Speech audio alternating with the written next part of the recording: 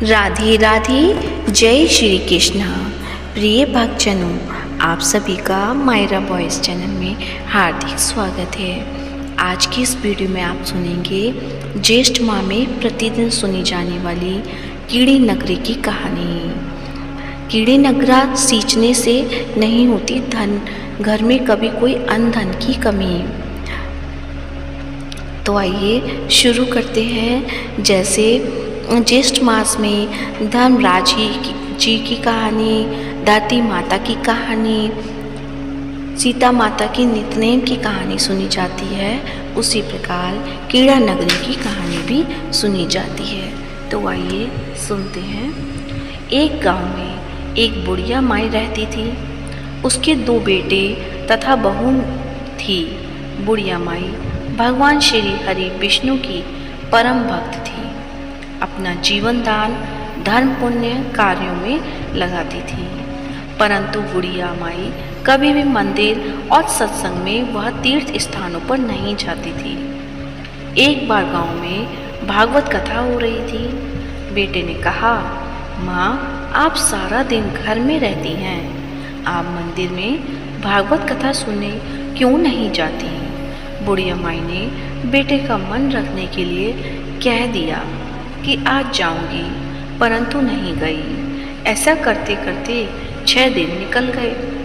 बुढ़िया माई के बेटे ने कहा, माँ, आज अंतिम दिन है, आज तो कथा सुनने आपको जाना ही पड़ेगा। सारा दिन घर का काम करके बुढ़िया माई ने जाते जाते इतनी देर कर दी कि अंतिम दिन की भागवत कथा भी समाप्त हो गई। भगवान श्री हरि विष्णु सन्यासी का रूप धारण करके बुढ़िया माई के पास आए और बोले, बुढ़िया माई, तुम कहाँ जा रही हो? बुढ़िया माई ने कहा, मैं भागवत कथा सुनने जा रही हूँ। तब सन्यासी रूपधारी भगवान श्री हरि विष्णु ने कहा, अब इतनी देर से क्यों जा रही हो? वहाँ तो अब कथा समाप्त हो गई, अब वहाँ जाकर क्या करोगी? बुढ़िया माई ने कहा, अब घर से निकली हूँ तो जाकर ही आऊँगी। सब सन्यासी रूपधारी भगवान श्री हरि विष्णु ने कहा कि अब कथा समाप्त हो गई, भक्त लोग भी अपने अपने घर चले गए, अब तुम वहाँ से क्या लाओगे?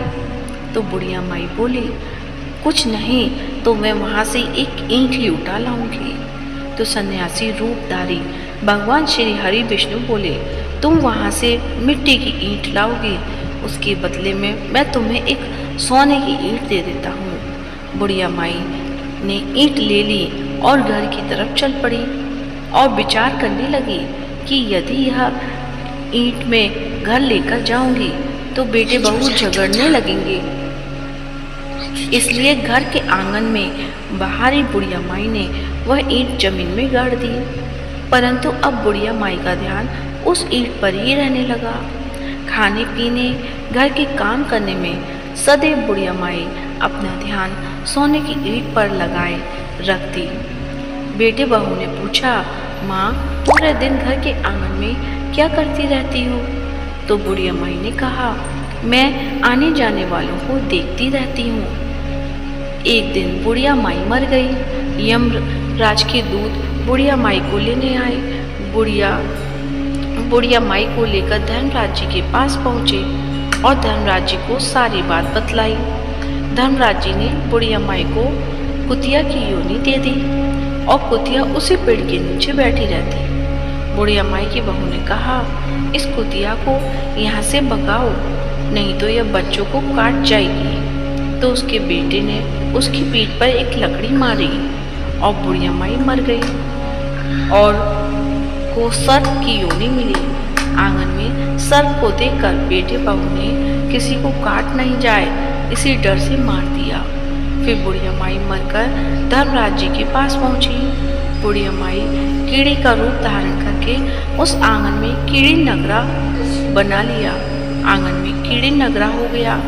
घर वाले बहुत परेशान हुए। घर वाले भोजन भी नहीं बना रहे थे और मन ही मन में होने का स्मरण करने लगे।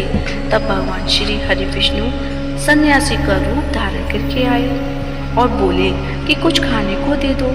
तो घर वालों ने कहा, महाराज हमारे खाने को तो कुछ भी नहीं बनाया, क्योंकि हमारे घर में कीड़ी नगरा हो गया है। आप ही इसका कुछ उपाय बतलाएं। तब महाराज जी ने आंगन में खुदा और सोने की 28 निकाली और दोनों बेटों को दे दी और कहा कि तुम्हारी माँ के नाम से दान पुण्य करना, धर्मशाला बनवाना, स्कूल बनवाना, प्याऊ लगवाना, गौशाला में गाय के चारे खाने की व्यवस्था करना। परंतु दोनों बेटे आपस में झगड़ने लगे कि तू दान कर, तू दान कर। किसी ने बुढ़िया माई के नाम से कोई दान नहीं किया और कीड़ी नगरा वहाँ उसी स्वरूप में स्थापित रहा। कुछ दिन बाद सन्यासी वापस आया और बुढ़िया माई के बेटों ने भगवान स्वरूपधारी सन्यासी महाराज से कहा कि हमारी घर की हालत वैसी की वैसी है, कीड़े नगरा तो वैसे का वैसा ही है। तब साधु रूपधारी सन्यासी महाराज ने कहा, वह सोने के ईंट के टुकड़े लाओ और उन्हें बेचकर उनसे जो भी धन मिले उसे तुम्हारी माँ के नाम से दान पुण्य करो। इस कीड़ी नगरा पर शक्कर और आटा डालो। तुम ऐसा करोगे तो तुम्हारी माँ को मोक्ष प्राप्ति होगी। और उनके घर से कीड़ी नगरा चला गया। जो व्यक्ति प्रतिदिन सुबह प्रातः आटा और शक्कर कीड़ी नगरे पर डालता है वह सदैव धनवान, पुत्रमान, संपन्न, सुख शांति से जीवन यापन करता है। उसके घर में कभी कोई कष्ट नहीं आता है। उसका जीवन सदा सर्वदा आनंद से व्यतीत होता है। उसके परिवारी जन उसे अत्यधिक स्नेह प्रदान करते हैं। कीड़ी नगरा प्रतिदिन खींचने सींचने से जुड़ी नगरी की कहानी सुनने से, दान पुण्य व धर्म कार्य में रुचि लगाने से जीवन उत्तम हो जाती है। जय बोलो विष्णु भगवान की जय हो। आपको कहानी कैसी लगी कमेंट बॉक्स में अवश्य बताएं और विष्णु भगवान की जय हो अवश्य लिखें। साथ ही इस कहानी को ज़्यादा से ज़्यादा लाइक करें, शेयर करें और साथ ही मायरा बॉयज़ चैनल को सब्सक्राइब करेंगे। धन्यवाद।